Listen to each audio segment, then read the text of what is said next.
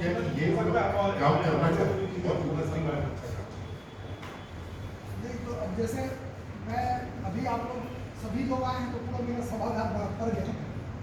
अब मैं अभी उस दिन जो हम लोग किए उसको करीब चेक सेवा प्राधिकरण दुर्ग के माध्यम से सबसे बड़ी जो सफलता मिली है वो हमारी दो जो राष्ट्रीय लोक अदालत हुई उसमें हमने कोर्ट में पेंडिंग जो केसेस थे वो करीब लगभग 3500 केसेस निराकृत हुए हैं और ये एक बड़ी उपलब्धि है कि 2 दिन में 3500 केस निराकृत हो गए।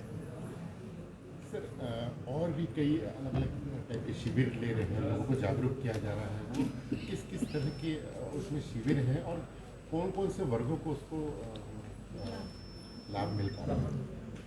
नहीं, हमने जो कुल शिविर किए हैं 1150 शिविर जनवरी से लेकर अभी तक आयोजित किए गए जिसमें कि 2,38,698 लोग लाभान्वित हुए। इसके अतिरिक्त घरेलू हिंसा से संबंधित हमने 3 ग्रामों का चयन किया था, रसमड़ा, सेलूद और पुरई। तीनों गाँव में हमने एक कमेटी गठित की थी और सर्वेक्षण किया गया और सर्वेक्षण के आधार पर यह पाया गया कि 48 घरों में घरेलू हिंसा से संबंधित अपराध हो रहा है, जिसको हमने उनको समझाइश दे के आपस में सुलह कराया और इस तरह से 2,995 घरों का सर्वेक्षण किया गया कि क्या वहाँ घरेलू हिंसा तो नहीं हो रही है और अगर जहाँ हो रही थी जैसे 48 घरों में हमने पाया कि वहाँ घरेलू हिंसा हो रही है तो हमने उनको समझाइश दी, एक्ट के बारे में बताया और आपस में दोनों पक्षों का राजीनामा करवाया। इसी तरह से इन्हीं 3 गाँव में 340 लोगों का पंजीयन श्रम विभाग के सहयोग से किया गया ताकि वो जितने भी श्रम विभाग की योजनाएं हैं उसका लाभ प्राप्त कर सकें। और इसी तरह से हमने 10 लावारिस वृद्धजन जो भीख मांगकर अपना जीवन यापन करते थे उनको उचित उपचार पहले करवा के वृद्धाश्रम में भर्ती करवाएं।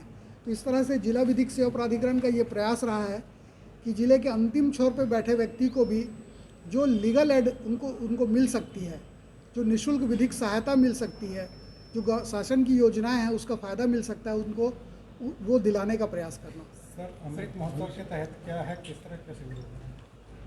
ये अमृत महोत्सव जो है आज़ादी का अमृत महोत्सव, इसके तहत राष्ट्रीय विधिक सेवा प्राधिकरण द्वारा पैन इंडिया अवेयरनेस करके एक कार्यक्रम चलाया जा रहा है जिसके तहत हम दुर्ग जिले में जितने भी ग्राम हैं, लगभग 400 ग्राम हैं, हम प्रयास करेंगे कि हमारी जो टीम है प्रत्येक ग्राम में पहुँचे और उनको जो हमारे एक्ट हैं घरेलू हिंसा से संबंधित हुए, चेक बाउंस से संबंधित हुए, इसी तरह से जितने भी छोटे छोटे एक्ट हैं उनके बारे में बताएंगे और उनको जागरूक करने का प्रयास करेंगे। क्या फ़ायदा देख रहे हैं, इससे क्या फ़ायदा होगा?